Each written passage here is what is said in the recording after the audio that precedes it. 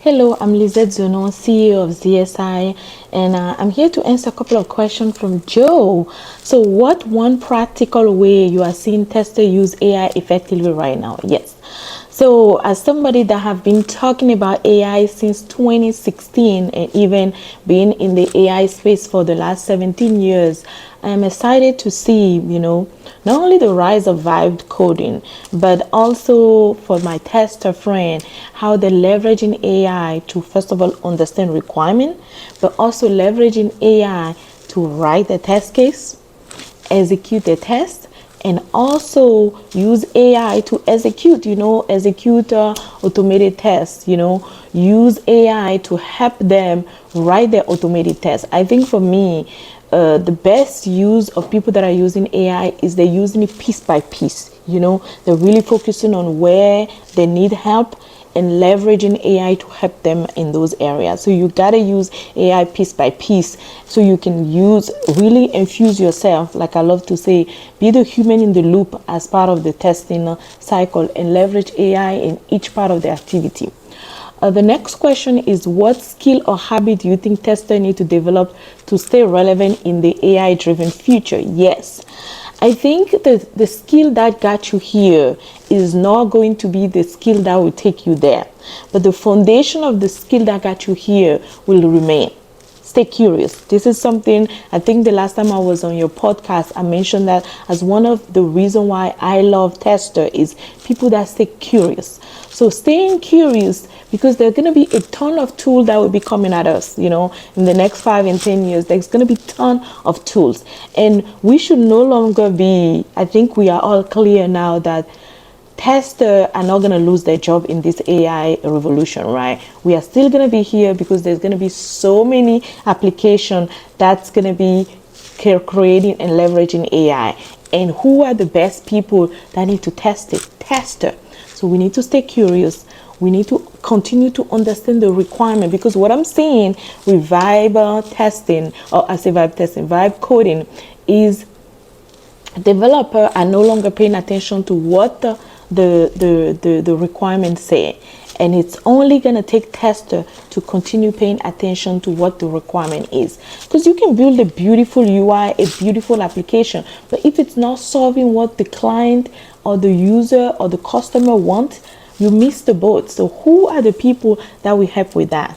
It's once again tester. So I think tester need to keep the main core skill of curiosity, making sure they are here to advocate for customer and use AI to help them achieve that goal even faster and more efficient. I'm hoping now with AI in place and tester being also at the forefront at the usage of AI, we're no longer gonna talk about efficiency, because we all are marching in the same and beating to the same drum of using AI in a very efficient way.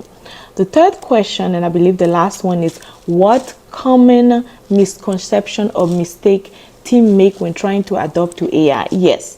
Oh my God, there's so many misconceptions or mistake. I think the last 3 or 4 years there have been a lot of mistake made and misconception. One of the misconception was what I was mentioning earlier, the fact that tester were afraid. We had testers that were afraid and we were testers that were excited.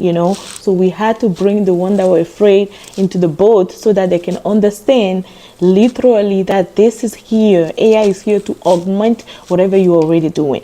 It's actually going to help us now be at the same level playing field with developer, because before, development is always fast, they're always ahead of time, and testers are behind. Now, where can we infuse AI so that, we can reduce the mistake, we can find bug faster? So those are the misconceptions that happen. The mistake is the fact that testers don't understand that the job at the end of the day is not automation. Automation is just a tools. Automation is just another toolbox.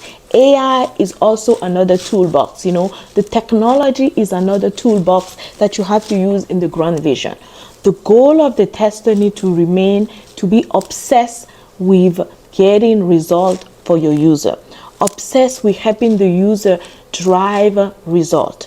If the user come to you and they say they want X, the role of the tester is not to obsess about all the tools they're going to use, the automation they're going to use, the CI pipeline they're going to use. These are all means to the end. But the end is to get the customer what they want. Because now that I'm an entrepreneur and I talk to a lot of clients, what I'm seeing is a lot of clients are not getting what they ask for. You know, a lot of startup don't have like a huge tester team. They just have one or two developer grinding, you know, even vibe coding these days to get to the finish line. So when I get to hire one tester, I want them to really focus on the client. I wanted them to focus on what the customer want, because developer are not paying attention to that. The only person in the pipeline that's going to pay attention to that is actually tester.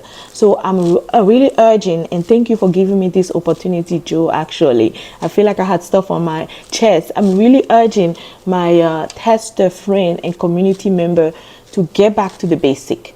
Get back to the basic. Get back to the basic of really advocating for the customer and doing what is right, which is creating product, delivering high quality product.